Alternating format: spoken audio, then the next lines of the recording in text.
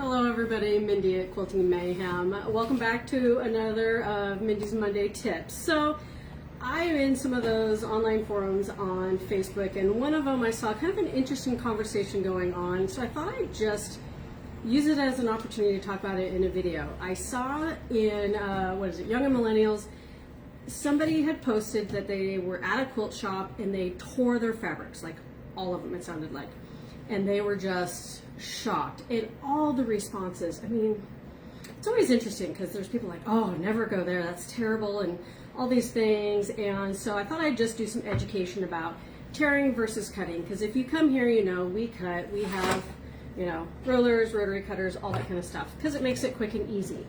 Tearing, all it has to do is that it's trying to keep your straight of grain on your fabric actually true and straight. So straight of grain is, all it is the fabric weave. So you have your fabric is woven both up and down, crosshatch, right? So it goes both directions. So generally what we say straight of grain is going this way, you know, and you have going this way. On the diagonal is then what we are calling bias. And why we try to avoid some bias is that when you start pulling on that diagonal, let's see if I can show you, see how it stretches? But if you pull straight, it's not quite as stretchy. You have some stretch, but not near as much as when you start pulling on that diagonal, right? So we're trying to prevent that, because the less straight your fabric is, the more stretchy, wonky it gets, all right? So generally, you know, when I first started quilting, how I was taught to take, especially large pieces of fabric, was that you took your selvages together and you kind of straighten them out until the bottom no longer was wonky. So I'll do it very exaggerated here. So if I have my selvages, see, the selvages are straight, but see how the bottom has that big old kink in it in there? Hopefully it's showing. Okay, that is what gets you, like when you're cutting strips and they start doing those curves and things, that's what gets you that. So you want to take your selvages and try to line them up until everything's nice and straight. Now, sometimes that means that the edge of the fabric that you got from the quilt shop is not straight. Why is that? Because it doesn't always come to us on a bolt wrapped straight, and it becomes a very frustrating thing for us shop owners, because it's very hard to get everybody nice straight pieces of fabric when they're not even on that board nice and straight. It gets very frustrating for us. So that quilt shop is most likely tearing, because they want to make sure every time you get your fabric, it is true to grain, right? So this is pretty straight. I'll show you the other side. See, it's a little bit off once I got the selvages lined up, but we're pretty close, right? So what I'm going to do, let's tear it. Let's see what happens. So I'm just going to put a little nick in it and tear it.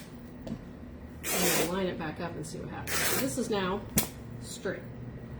This edge. And you can iron that back out. And it's interesting, I have met designers and artists that actually all they do is tear. Like, it blows my mind how they can do that.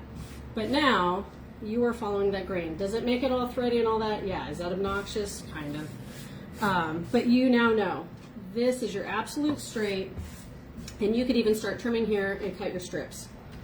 And then, as you can tell, our fabric was pretty good. It really didn't get too far off. It is a little skinnier on one side than the other.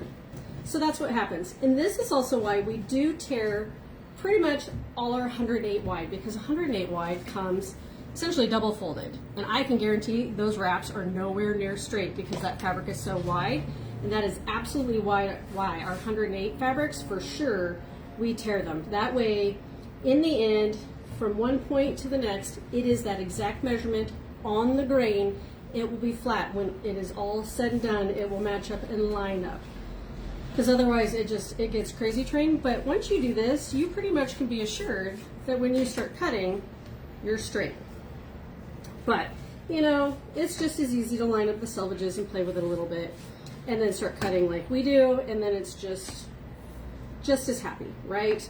Now there are some fabrics you can't necessarily tear, like satines, rayons, some of those, they do start to get holes in them.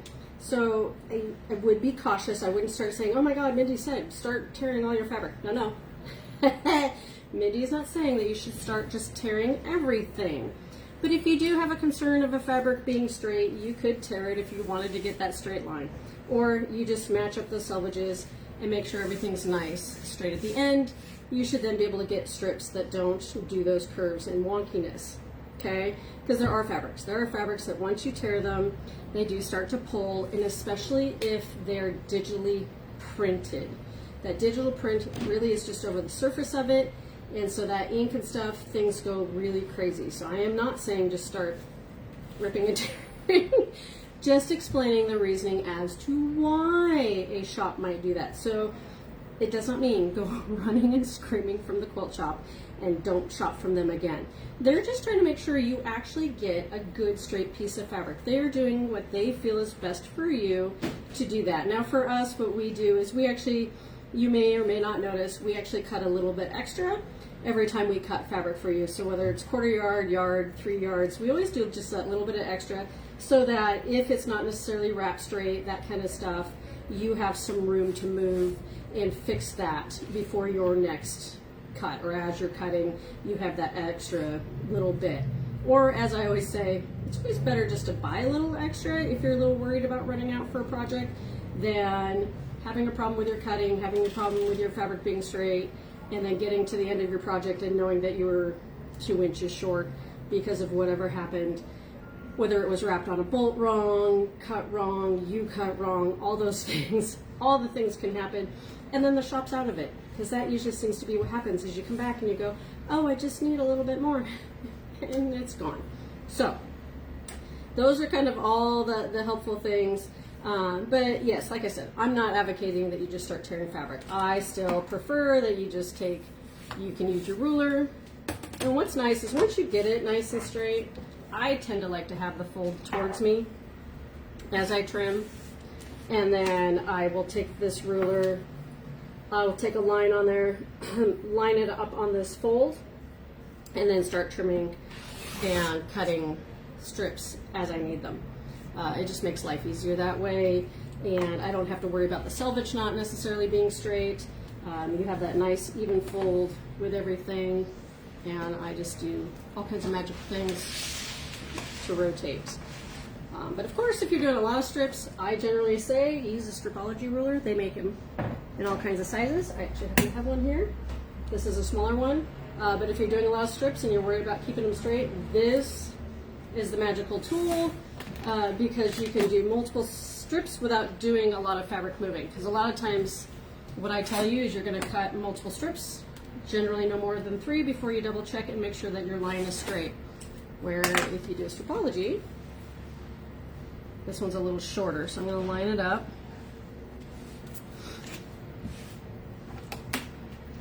This is the Stripology squared. Once again, lining up one of the lines on the fold. Oops. Trying not to mess it all up in the process of recording. So I can trim at the 0.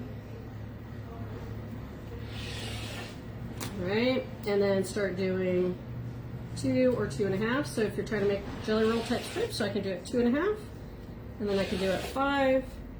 I can do then at 7.5, at 10, and then we have it 12.5. Nice, pretty, straight strips. I love this ruler. It is very magical.